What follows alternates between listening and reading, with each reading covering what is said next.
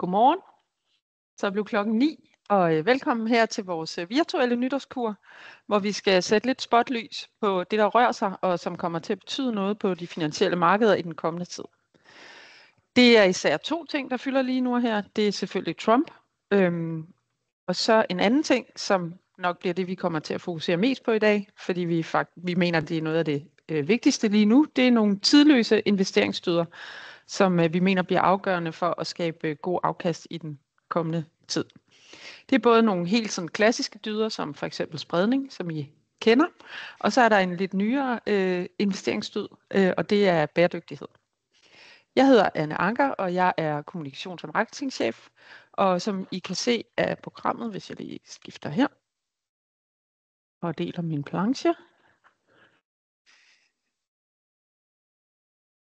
Sådan der. Så kom den vist på. Som I kan se af programmet, så har jeg 3 af mine gode kolleger med. Det er vores investeringschef Thomas Berngruber, og så er det Tue Simonsen, som er aktiechef for Nordiske Aktier, og endelig er det Annette Seidelin, som både er chefporteføljemanager på vores globale fond, og så er Annette også bæredygtighedsansvarlig her hos Investering og Tryghed.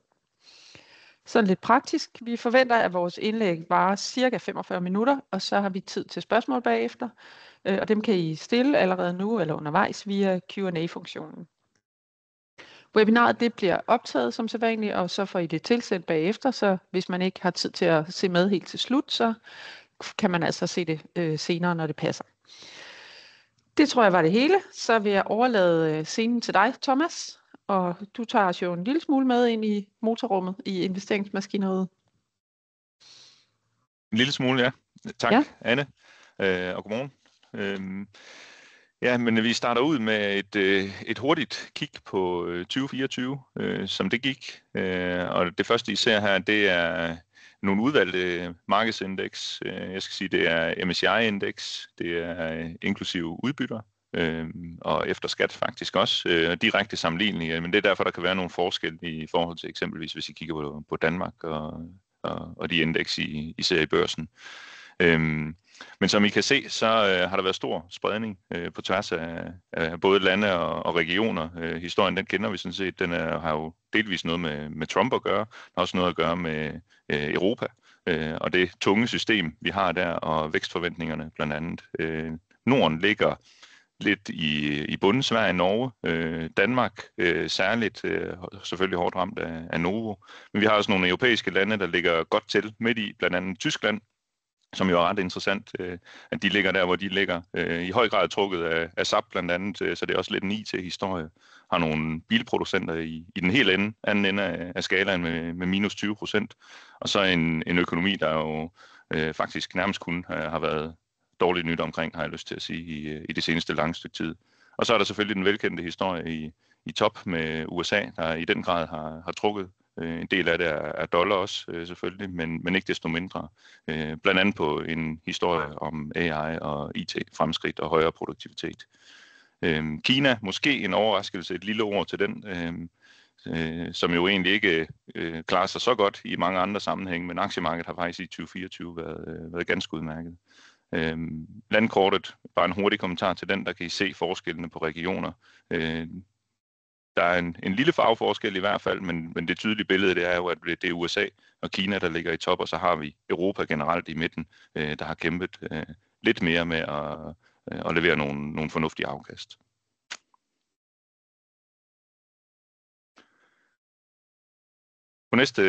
På næste slide, der har vi opgjort vores afkast på vores fonde, også for 2024. Og nu var jeg lidt inde på Norden og Nordens performance, også i forhold til amerikanske aktier. Og der er vi jo selvfølgelig glade for, at vi i sådan et miljø er i stand til at levere et mere afkast på vores fonde. Det er ekstra vigtigt, når vi fisker i en anden dam, der har det relativt svært. Der er særligt IRT-aktier er jo en fond, der har klaret sig rigtig godt relativt til indekset med en outperformance faktisk på 5 procentpoint og lidt mere til. Globale aktier har jo leveret et fremragende absolut afkast, som vi også er tilfredse med. Også igen målt op imod et benchmark, der buller med meget høj koncentration. Så er det faktisk et rigtig fint afkast på 21,5%. Og kigger vi på vores obligationsfonde, Så har vi nogle moderate afkast, tror jeg vil kalde det. Kreditobligationer har kørt med meget lav risiko, men risikojusteret er det faktisk et afkast, vi er ret tilfredse med. Vi har kørt med meget lav renterisiko i kreditobligationer, og vi har kørt med lav kreditrisiko i kreditobligationer. Blandt andet fordi, at kreditspændene, så den ekstra betaling, man får på at tage kreditrisikoen, er kørt meget ind og er mindre attraktiv, end de har været historisk. Så det var en hurtig lille recap, og så vil jeg prøve at grave lidt i tingene, og så prøve at få fortalt og forklaret på fornuftig vis, hvad vi mener om markederne, og hvorfor vi er komfortable med, hvordan vi ligger. Og så skal jeg selvfølgelig nok runde lidt af til sidst. Vi har sådan 3 primære komponenter, som betyder meget for os. Det vigtige, særligt i sådan en usikker verden, som det er nu. Trump har vi nævnt en lille smule, Anne har nævnt Trump en lille smule, og det har selvfølgelig stor indflydelse. Der er masser af støj. Det er meget polariseret, det vi kigger på. Både værdiansættelsen, risikovilligheden til tider ensrettet i virkeligheden. Og det gør det også ekstra svært at navigere i. Og derfor er det vigtigt, at vi har et godt anker. Ankeret for os, det er værdiansættelsen. Så det er den første kasse, I ser på. Og der kan vi observere, at amerikanske aktier er dyre. Og særligt relativt dyre. Europæiske aktier og nordiske aktier, dem betragter vi som mere attraktive. Det er der også en grund til, vil mange sige.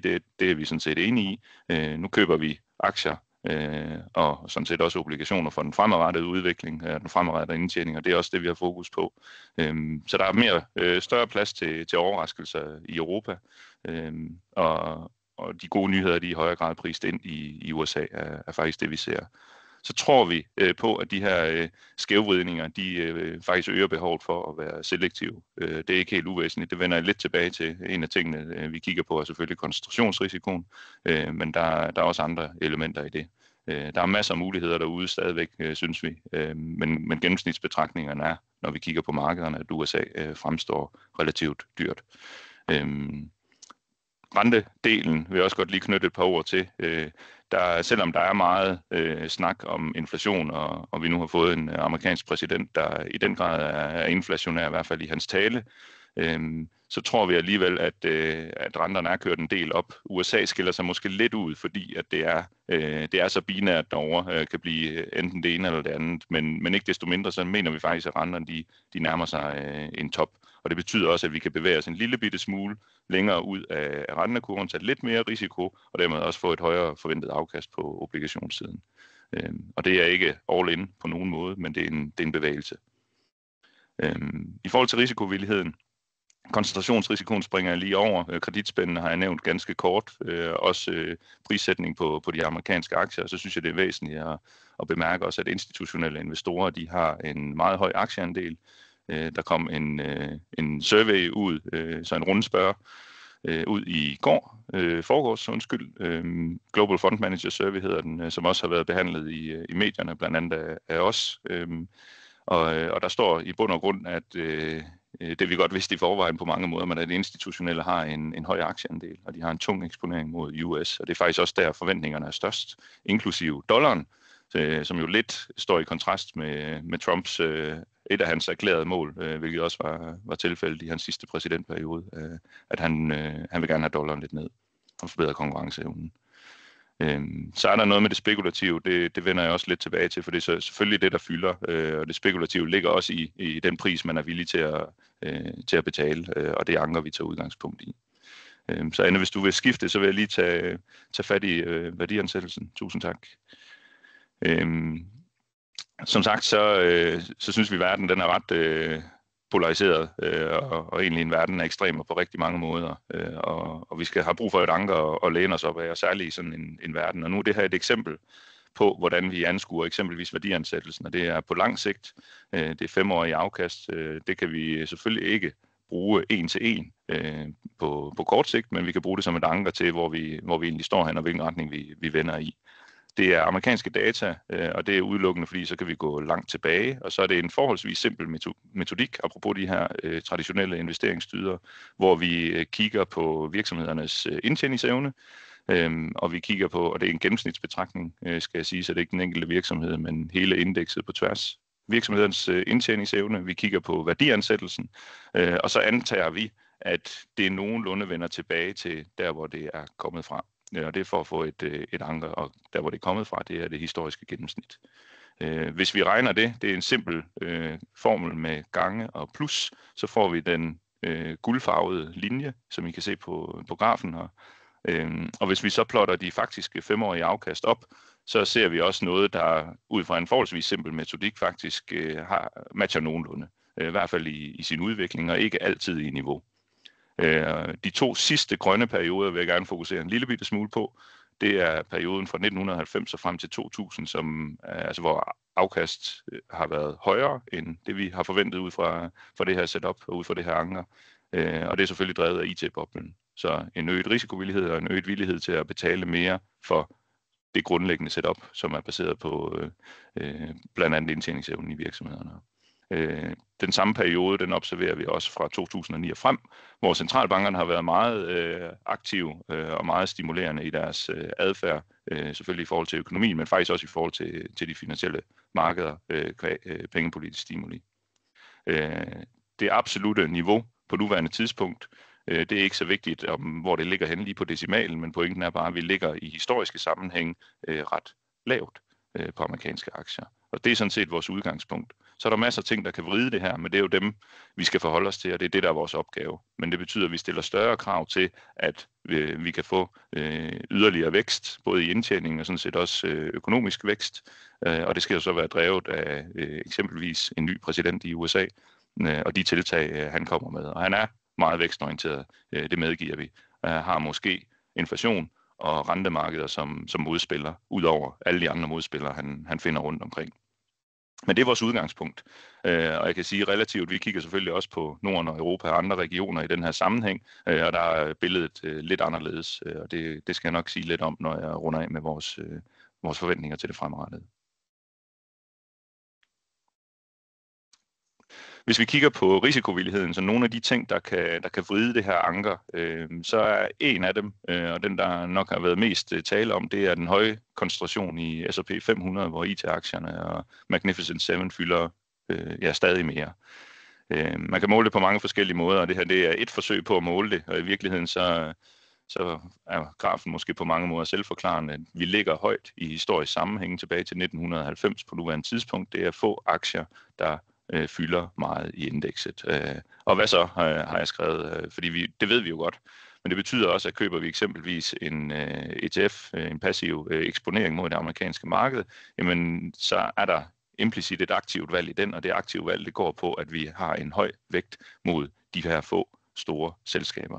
Det kan vi jo styre efter og reagere på. Hvis vi mener, at man skal være lidt forsigtig der, jamen så er der andre muligheder, eksempelvis ligevægtet indeks, som vi også har implementeret, hvor man helt per automatik faktisk glatter de her overvægte lidt ud. Ikke desto mindre, så betyder det, at sårbarheden på tværs af hele indekset er større, end det historisk har været i forhold til udviklingen i de her få selskaber. Og det er vi selvfølgelig opmærksom på, fordi det påvirker også benchmarket i højere grad, end det har gjort tidligere. Ja, jeg tror, vi hopper videre, Anne. Oven i det her med koncentrationsrisikoen, og måske i virkeligheden også en af årsagerne til, at vi er kommet dertil, hvor vi er, det er jo den her fremgang af passiv investering. Det har der også været skrevet og sagt meget om, blandt andet også noget fra os selv. En artikel, vi skrev for nogle måneder siden.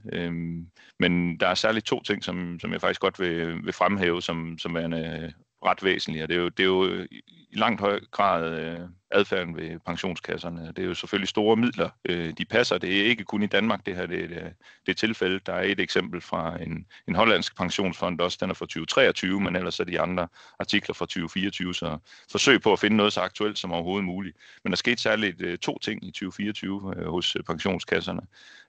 Og det ene, det var, at mange fravalgte i sidste ende den aktive tilgang, selvfølgelig fordi man har slået sig på den aktive tilgang i nogle år, netop på grund af, at ETF'er, nettotilgangen i ETF'er og passive investeringer har kørt, og så den her koncentrationsrisiko, som vi lige har været omkring, den har været stærkt tiltagende. Og så gjorde de en anden ting også, de regnede på tingene, og de har fundet ud af på 10 års horisont, lidt firkantet sagt, men faktisk rigtigt, at aktier er mindre risikabel, end de lige gik og troede, og det betyder, at man kan faktisk have flere aktier i sin portefølje, end man har haft hidtil. Og det skaber jo selvfølgelig en efterspørgsel og øger nettoindflowet ind i passive NTF'er, i og med at man både skruer op for aktierisikoen, og man bevæger sig fra aktiv til passiv. Og det er jo en bevægelse og en engangsting, kan man sige, men som potentielt har været med til at skubbe lidt til værdiansættelsen, og noget vi er meget opmærksom på, fordi det formentlig ikke var ved for evigt. Så et eksempel på, at vi har et elastik, om man vil, der er spændt godt ud, og de fleste aktører, inklusive pensionskasserne, har faktisk flyttet midler i den her retning. Og i sidste ende skal det jo hjælpe os til at prøve at forstå, hvornår er nok. Fordi det er sådan, at passive og aktive investorer faktisk har brug for hinanden. Så det handler ikke om den ene strategi er bedre end den anden. Men det står der lidt om i den artikel, som Lone og jeg har skrevet, hvis I har lyst til at læse den. Ja. Så for at runde lidt af, så synes vi langt hen ad vejen, som der står i overskriften, at historien er købt. Desværre det er så at forholde sig til de her nye elementer, og der er jo faktisk masser. Han mangler ikke idéer, Trump. Masser af nye elementer, der kan drive tingene videre. Men vi holder fast ud fra vores 3 kasser, at når vi kigger på værdiansættelsen, og der sætter jeg faktisk lige nogle ord til jer, der sidder og kigger på grafen, der er mange ting på den, men der er særligt nogle orange prikker, og de orange prikker, de siger noget om niveauet for værdiansættelsen, og de er sorteret ud fra de orange prikker også, så vi kan se, at USA er dyrest i forhold til historiske sammenhænge, som er det spænd, I ser lige nedenunder. Det historiske gennemsnit, det er faktisk medianen, det er den grå kasse, som I kan se. Så jo større forskellen er mellem den grå og den orange, jo mere er elastikken, om man vil, spændt ud.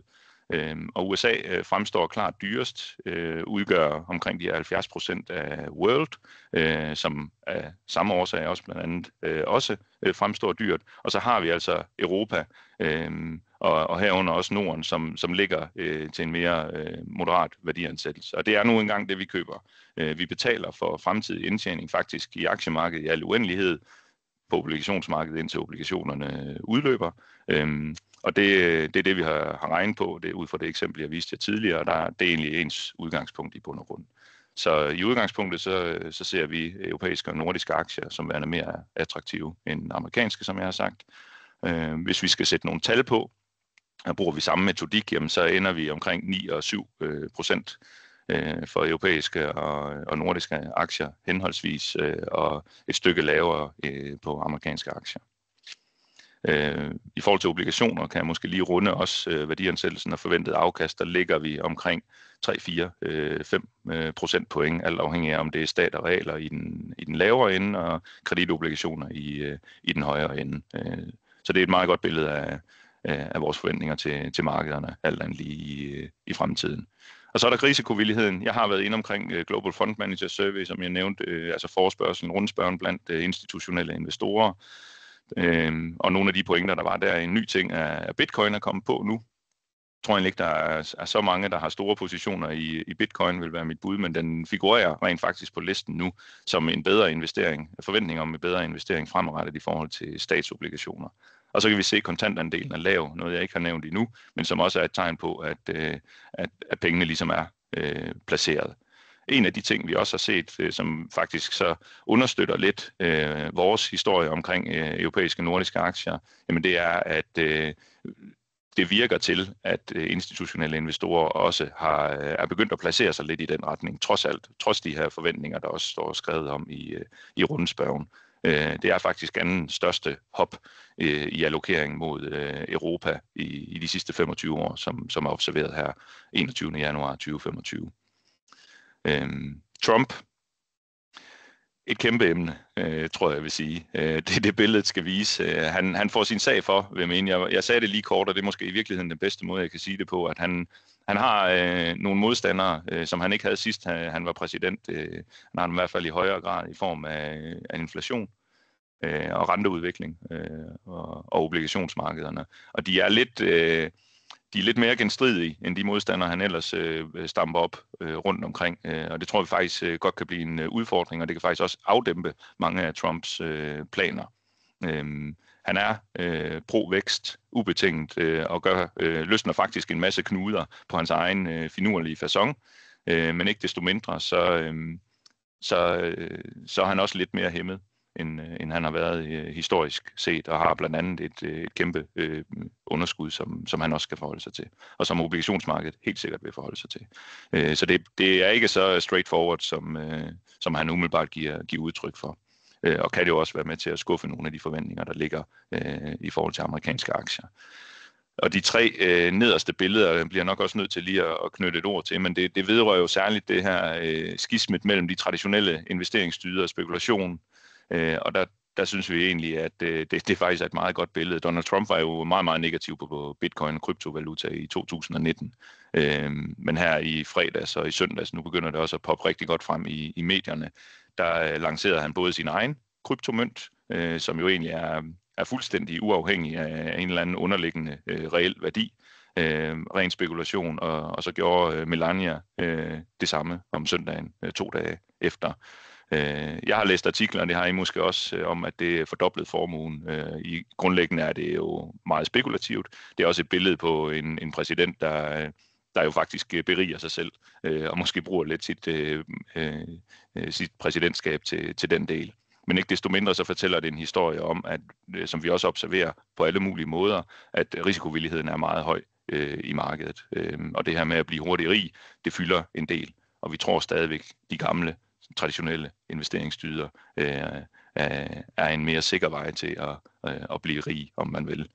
Og dem holder vi fast i og bruger som vores anker. Så det var det hele, jeg vil vende med jer.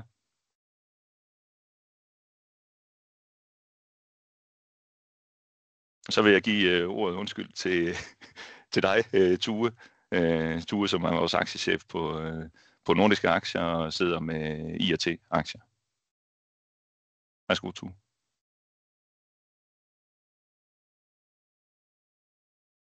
Tak for det, Thomas. Jeg håber, I kan høre mig alle sammen.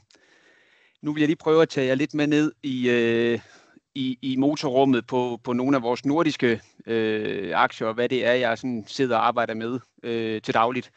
Mit navn er Tue Simonsen, og jeg er aktiechef med ansvar for vores nordiske aktier hos Investering og Tryghed. Først en enkelt planche på en af vores nordiske fonde, IRT Aktier, som er vores største og længst levende aktiefond. En håndplukket fond uden et benchmark, det vil sige, vi sidder dagligt og udvælger individuelt de aktier, der ligger i fonden. Så 20-25 håndplukkede selskaber. Og i grafen herovre til højre har jeg lige prøvet at plotte ind, hvordan det rent faktisk er gået i forhold til det brede nordiske marked, illustreret i forhold til det her MSCI Nordic 1040 indeks. Alle søjlerne, der er over 0, er et mere afkast til IRT-aktier i forhold til indekset, og i søjler under har vi så været efter.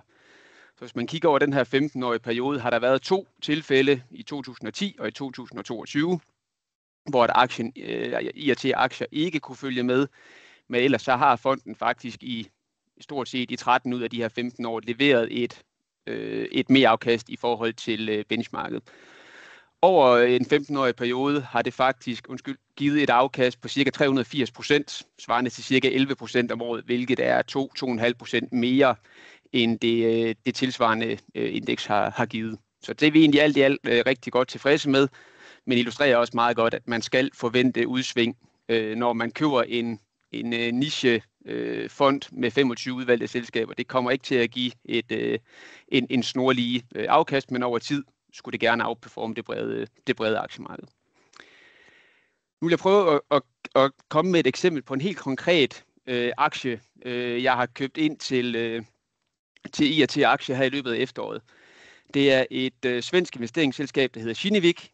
Og Kinnevik har været i gang med sådan en transformation siden 2018, hvor man er gået fra at investere i noterede selskaber over i unoterede selskaber. Så det er, man hjælper tidlige opstartsselskaber med at hente kapital og vokse. Det er en aktie, vi har købt ind i efteråret 2024. Hvis jeg lige prøver at dykke ned i at kigge, hvad er det så Kinnevik de laver? Altså de her 32 selskaber er fordelt på 3 sådan overordnede sektorer. Der er noget sundhed, der er noget software, og så er der noget klimateknologi. Hvis man sådan kigger ud fra en porteføljebetragtning, så alle de her 3 sektorer er ikke noget, vi sådan har en høj grad af eksponering til i og til aktier i forvejen. Når man så sammenholder med, at ca. 65% af investeringerne er i USA, så bidrager det ud fra en porteføljebetragtning med en rigtig god diversifikation, apropos de her klassiske investeringsdyder. Altså, det er rigtig fint at sprede risikoelementerne ud på forskellige sektorer og på forskellige geografier.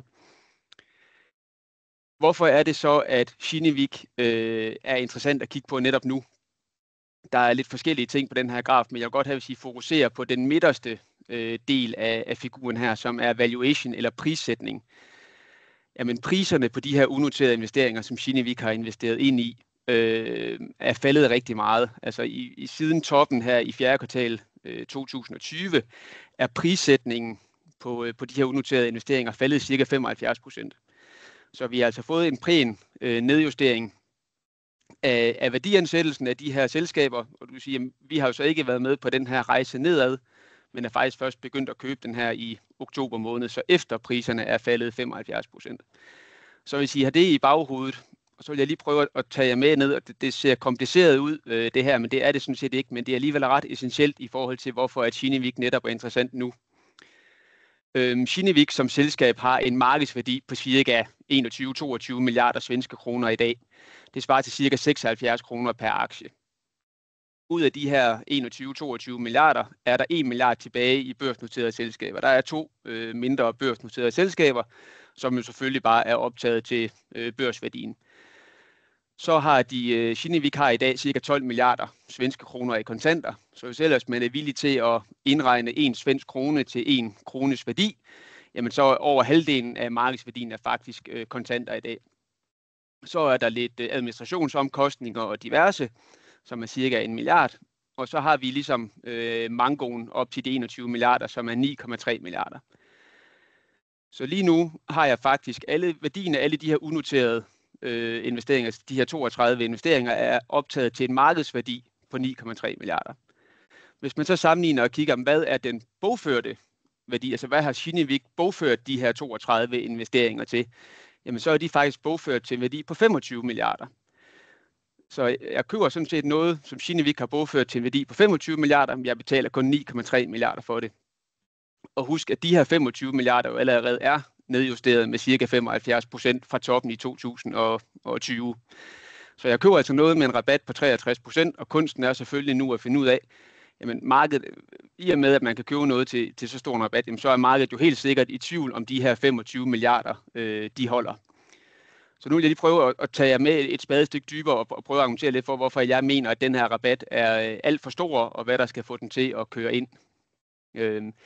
I har stadigvæk den samme graf fra foregående slide øverst over til højre, og den nedenunder her, den kommer jeg lige tilbage til.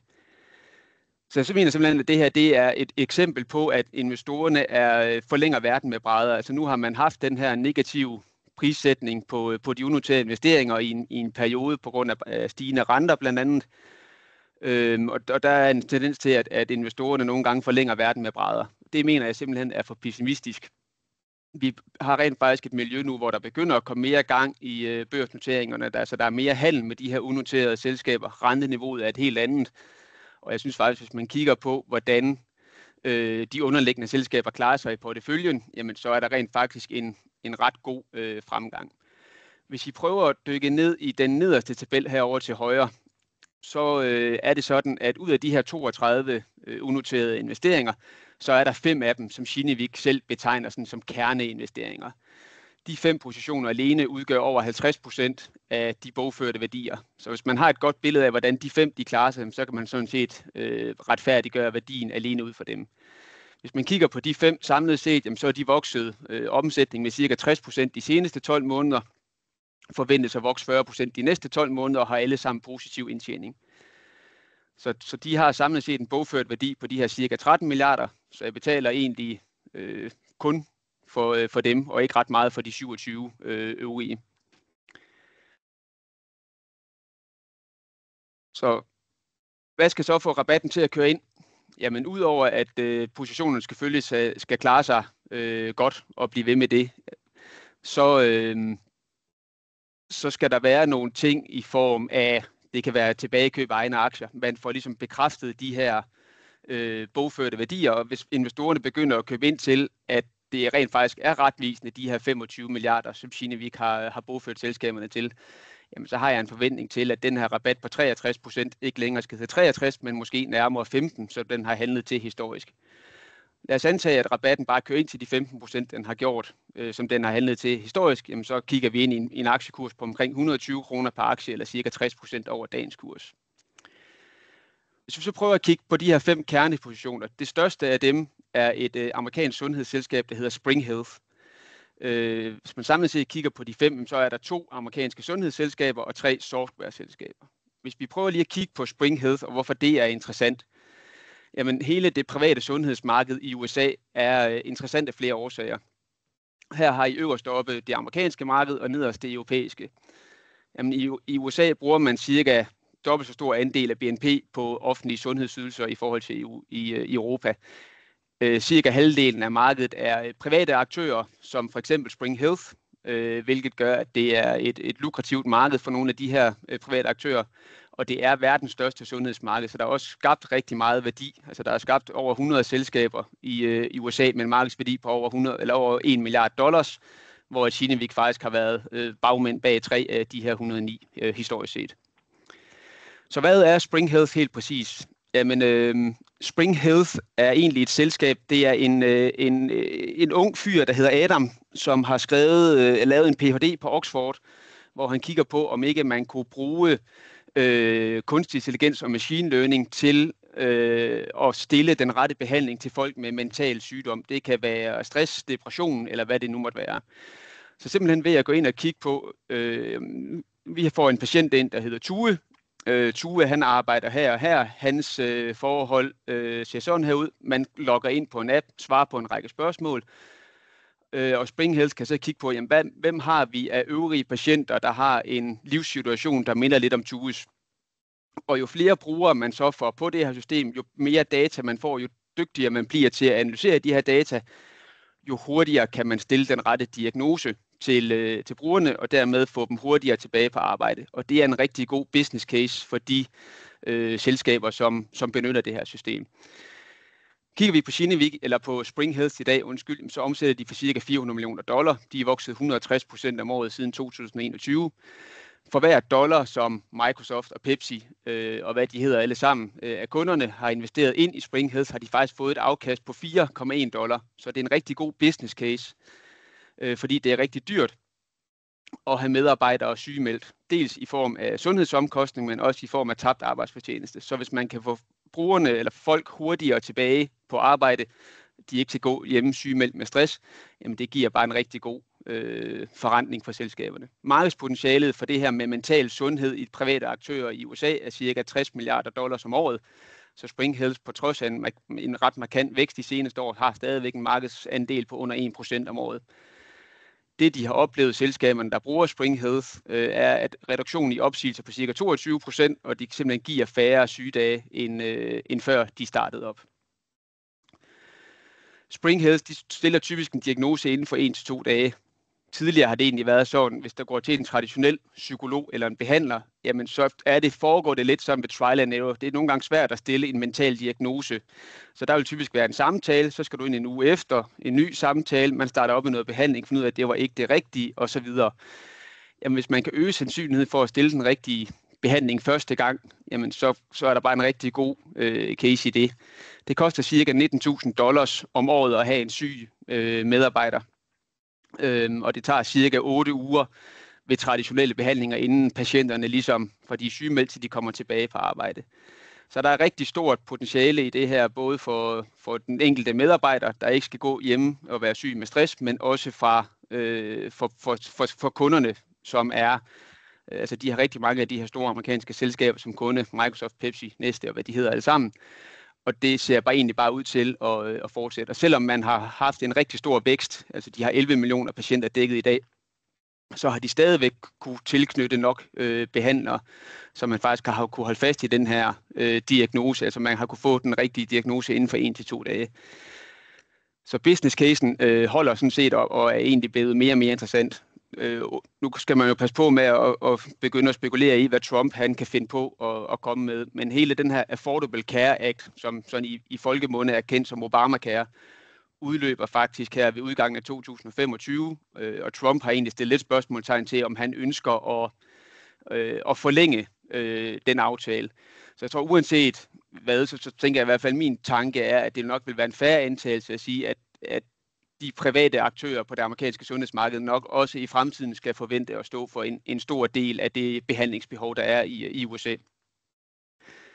Spring Health var som sagt det største selskab i Kinneviks portefølje, og Spring Health var faktisk ude at hente nogle nye penge til at finansiere den her vækst i juli 2024. Så det er ikke så længe siden, at man har fået nogle nye investorer ind, hvor man har fastsat en pris, der er fastsat af nogle eksterne parter. Kinnevik ejer 15% af selskabet i dag. Og hvis man kigger på den pris, de hentede kapital til i juli måned, jamen så vil Kinneviks ejerandel i Spring Health alene have en værdi på cirka 5 milliarder. Så alene 5 milliarder ud af de her 9 milliarder, vi betaler i markedsværdien af de her unoterede investeringer i dag, kan faktisk henføres til Spring Health. Så jeg betaler stort set ikke ret meget for resten. Og det er også derfor, at jeg er temmelig sikker på, at i takt med, at nogle af de her selskaber de bliver børsnoteret, og man får øje på, at der begynder at komme nogle handler med selskaberne igen, jamen så kommer den her rabat til at køre ind. Så skal porteføljen ikke handle med en rabat til 60%. Så det var sådan lige en meget hurtig indflyvning til en af de selskaber, jeg har siddet og kigget lidt på, og vi har købt ind til IAT-aktier. Den fylder cirka 3% af porteføljen i dag, og det synes vi er rigtig fornuftigt. Så det var lige et hurtigt indblik, og så vil jeg overlade ordet til Annette.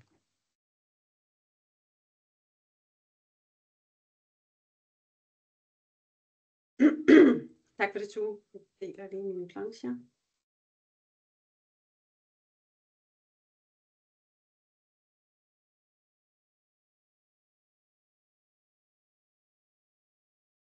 Det kunne være, jeg skal have noget hjælp derinde. Jeg synes ikke lige umiddelbart, at jeg kan få dem op.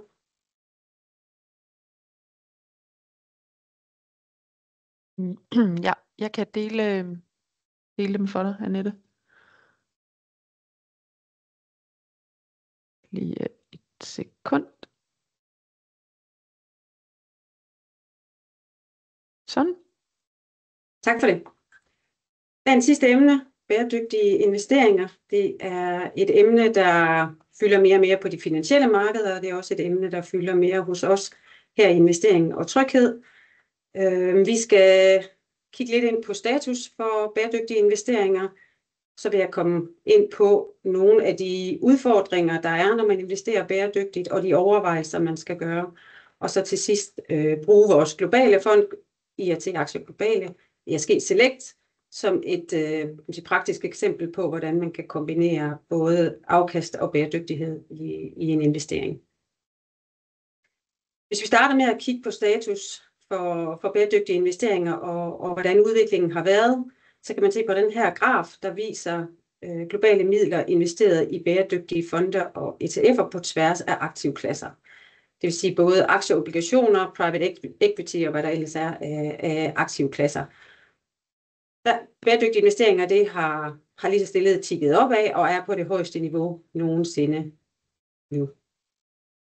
Hvis vi dykker lidt ned i tallene og ser, hvor er det så, der er den største interesse, som I kan se på den her graf, der er fordelt på regioner, jamen så er det klart, at det er i Europa, der er den største interesse for de her bæredygtige investeringer.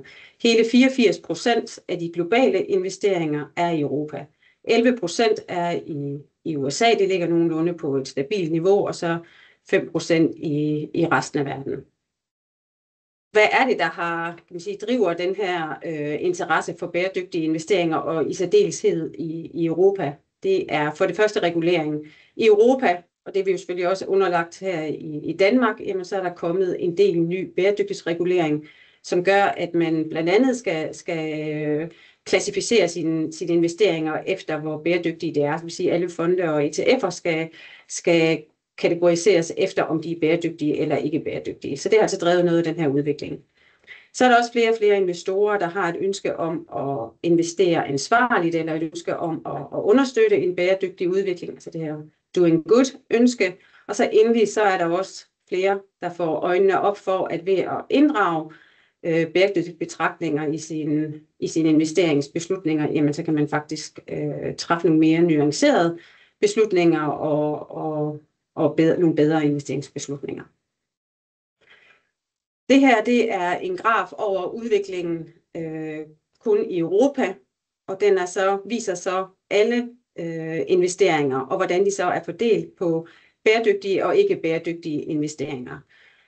Og over den her periode på godt 3 år, jamen der kan de se i den lysegrønne, den for neden, og den mørkegrønne i midten, de 2 kategorier til sammen er det, der hedder bæredygtige investeringer. De lysegrønne, det er delvis bæredygtige investeringer, og den mørkegrønne med de her 5%, det vi kalder fuldt bæredygtige investeringer. Men over den her periode på de her 3 år, der er de bæredygtige investeringer faktisk kommet op og udgør hele 61% af de samlede investeringer i Europa. De her lysegrønne fonde, det er jo også dem, kan man sige, som sagt, de bliver kaldt delvis bæredygtige investeringer, og det er her, man både inddrager bæredygtighed, men også afkastbetragtninger i sine investeringer. De fuldt bæredygtige fonde, altså de fonde, der har bæredygtighed som deres primære mål, kan man sige, det er stadigvæk et nichemarked, udgør kun 5% stadigvæk af det samlede marked, og den markedsandel har ligget nogenlunde stabil over perioden. Hvis vi går ind og ser på, om det så har været en god idé at investere bæredygtigt, jamen så kommer vi ind i nogle af de udfordringer, der kan være, når vi snakker bæredygtige investeringer, fordi der er stadigvæk ikke nogen entydig definition af, hvad det vil sige at investere bæredygtigt. Det her det er forskellige indeks inden for bæredygtige investeringer og deres afkast over de seneste 3 år. Og som I kan se, jamen så er billedet meget varierende, det er alt efter hvad for et indeks man ser på. Hvis man kigger på clean energy, altså det her investeringer i klimaløsninger, jamen så har det været træls. Det har været surt at investere i det her indeks med næsten et afkast på minus 40%. En investering i FN's verdensmål har heller ikke kastet et positivt afkast af sig. Men hvis man går ned og kigger på nogle af dem, der er nede i bunden, og jo længere vi går ned, jo mere diversificeret og kan man sige, en bred tilgang til bæredygtighed bliver det, jamen jo mere positivt ser afkastet også ud. Men altså det her, det viser, at det er stadigvæk vanskeligt at snakke, kan man sige, entydigt om det er godt eller skidt at investere bæredygtigt. EU har forsøgt at, kan man sige, imødegå den her problematik ved at komme med et rammeværk for, hvordan man definerer en bæredygtig investering. Der er de her 3 forhold, som skal gøre sig gældende for, at der er tale om bæredygtig investering i EU's definition. For det første, så skal der være et positivt bidrag til et miljømæssigt eller et socialt formål. Miljømæssigt, det kunne være, at man laver noget, hvor der er noget energieffektivisering. Samtidig så må investeringen ikke gøre væsentlig skade på andre miljømål eller sociale mål, og så skal selskabet leve op til god ledelsespraksis. Og det lyder jo egentlig, kan man sige, fornuftigt, men udfordringen med den her definition af det her rammeværk, det er, at det kun er sådan nogle overordnede rammer, og det er op til den enkelte forvalter og ligesom at definere det konkrete indhold, og hvad for en metode man vil lægge til grund for at måle de her ting. Det vil sige, at vi kan lægge i investering og tryghed, der kan vi definere, hvad det vil sige, hvad mener vi er et positivt bidrag, hvad mener vi, der definerer god ledelsespraksis, hvor man i en anden forvalter, i Jyske Bank eller i Danske Bank eller i Nordea, kan lægge nogle helt andre kriterier til grund for deres vurdering. Så det er meget, kan man sige, svært at sige noget entydigt også, hvad der er en bæredygtig investering. Og hvis jeg skal sådan lige sætte det lidt på spidsen og sige, jamen hvis man har 2 fonde herover, som mere eller mindre indeholder de samme aktier, har den samme eksponering, jamen fordi man kan have 2 forskellige metoder til at opgøre bæredygtige investeringer, så kan den her ene fond komme ud og sige, jamen vi har 11% bæredygtige investeringer, hvor den anden mere eller mindre er det samme indhold, komme ud og sige, men vi har 56% bæredygtige investeringer.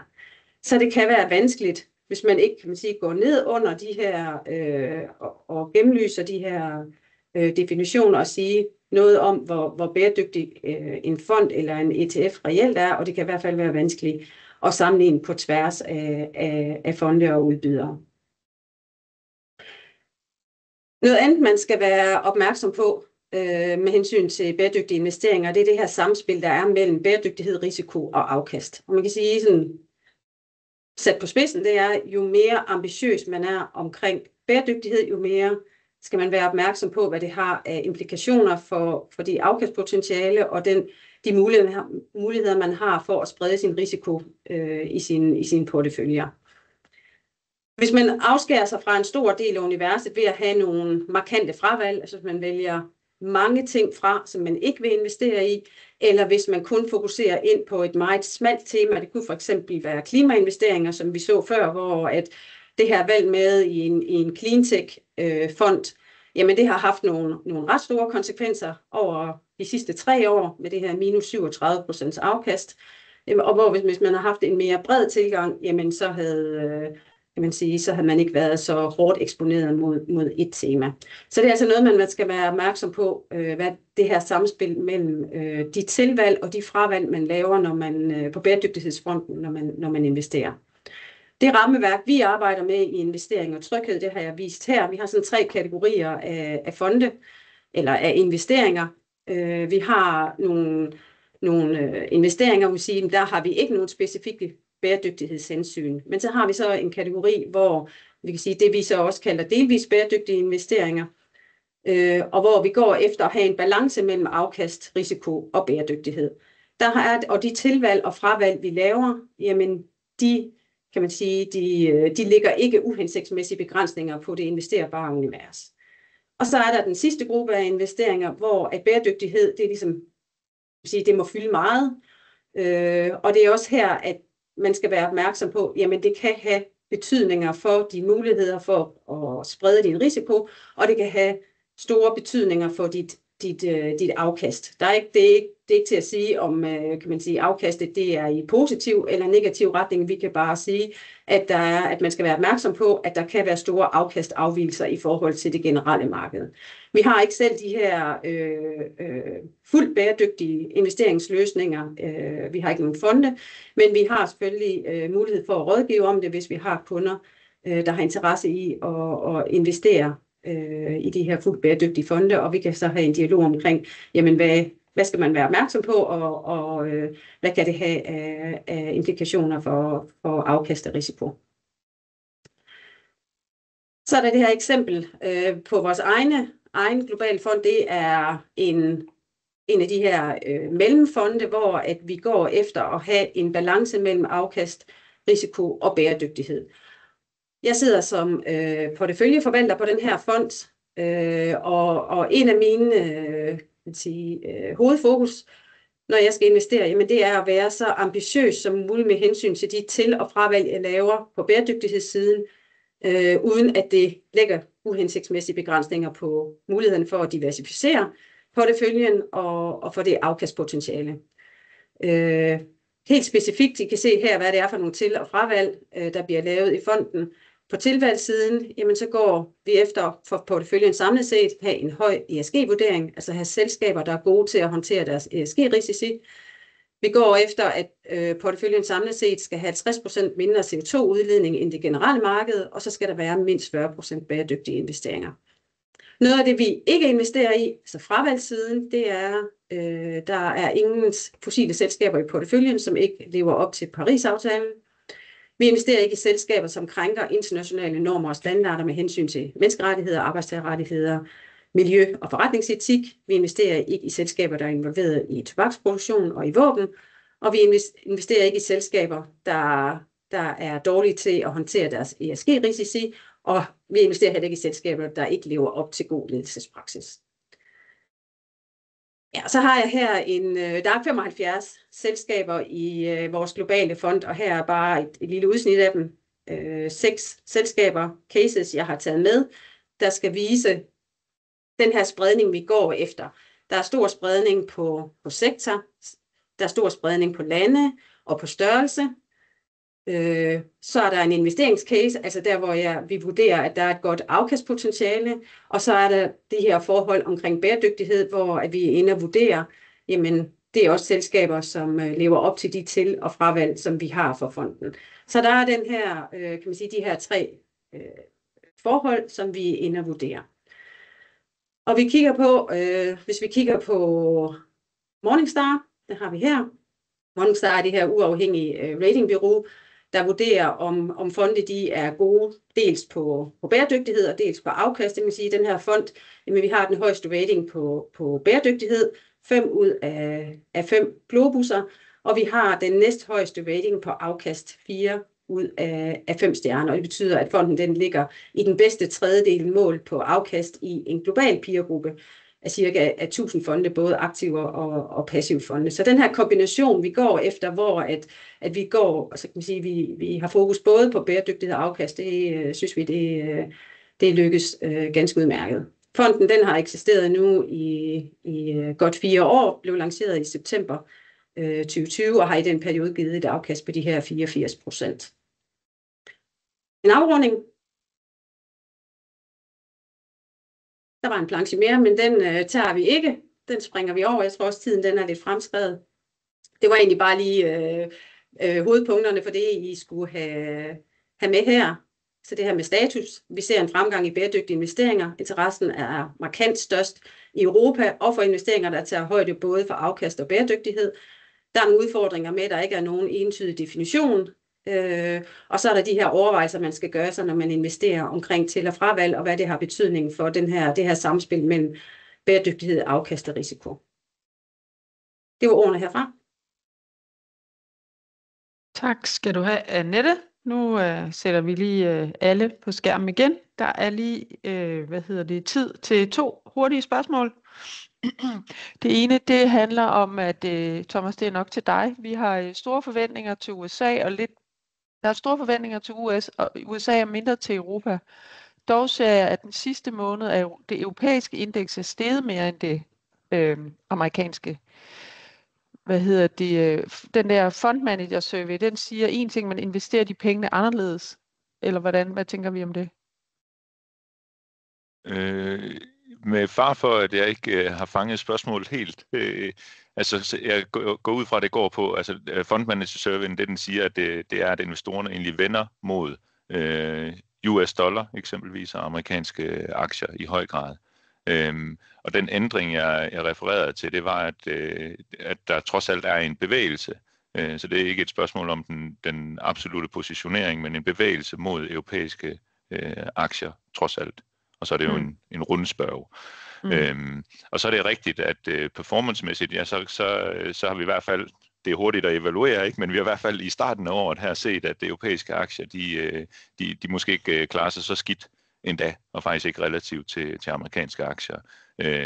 Grundlæggende tror vi sådan set på, at det er en del af vores argumentation her, der er i gang med at udspille sig lige så stille og roligt, at de har haft det svært længe, og faktisk også for svært, selvom vi selvfølgelig godt kan se, at der er udfordringer i Europa.